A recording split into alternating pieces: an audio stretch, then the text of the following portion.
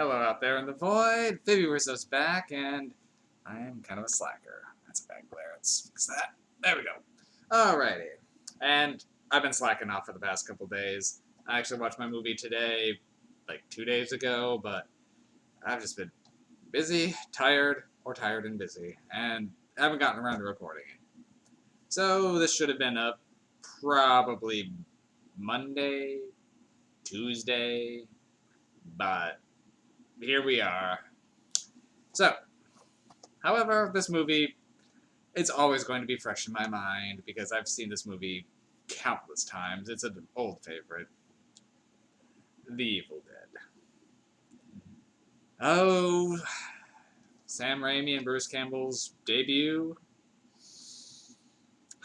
takes me back. Takes me back. I think I was middle school when I first came across The Evil Dead. Had a VHS copy of it, and I'm not gonna lie, watching it alone late at night, not knowing what I was getting into, kind of freaked the hell out of me. I know, it's a cheap looking movie in some elements, but that grittiness almost seems to add to it in some ways. And yeah, the dialogue's camp and stock, but the effects, while some of them aren't completely the greatest, a lot of the makeup and gore effects really still hold up on this one.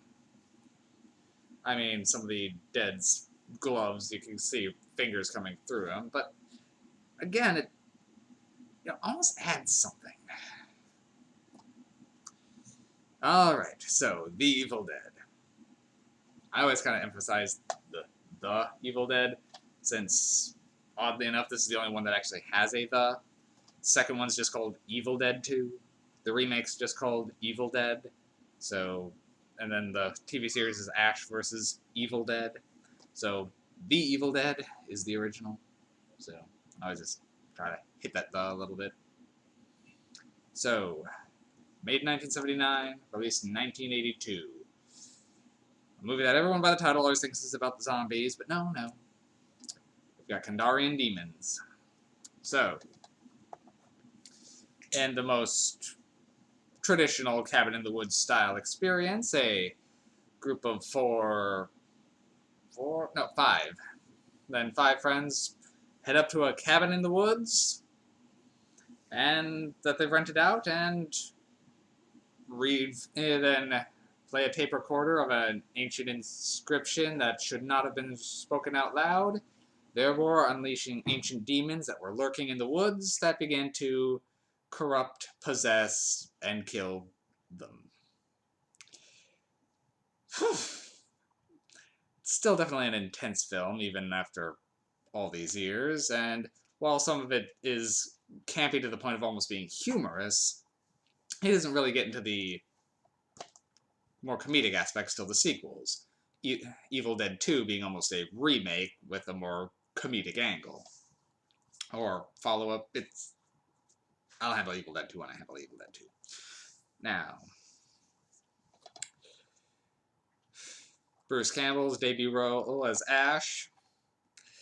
This is probably the least Ash-like Ash you'll see, since he seems pretty like a lovable lug, but he doesn't have the snark or character flaws that later developed throughout Evil Dead 2, Army of Darkness, and the series.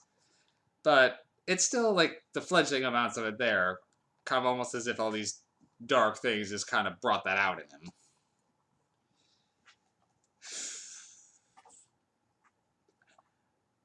The better the movie is, the harder it is really to keep going on about it. If it's a bad movie, I can nitpick here and there, but The Evil Dead really is a hard one to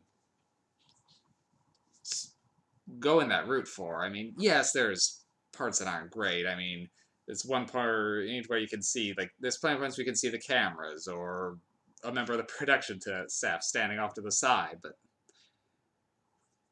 it's never been a detraction in this one for me. Like, other film, like, the movie's good enough without that you can ignore those little things. I will say a lot of the premise is kind of ridiculous, like the bridge that they have to go over to get to the cabin is just so comedically unsafe.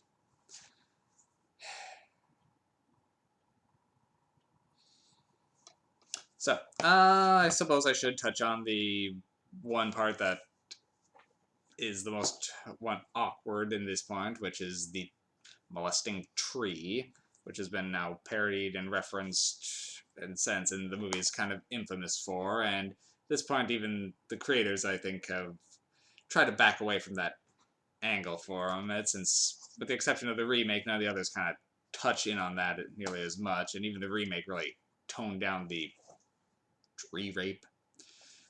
But this it is an awkward scene to watch, and that's pretty much the only real down point of the movie. It's well acted and oddly fascinating, but it's definitely an uncomfortable scene once you realize where it's going. Even if then they could have probably found something better to transition the demons getting inside. They didn't have to go that literal, I think. But that's the only real criticism. Otherwise, the gore and brutality work for the film and in its favor, and none of the other aspects are really as sexual as that. So it's like a one point that's might cause some people to shy away from. But other than that one scene, everything else is still,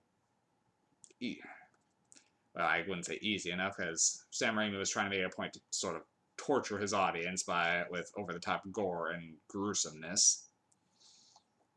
But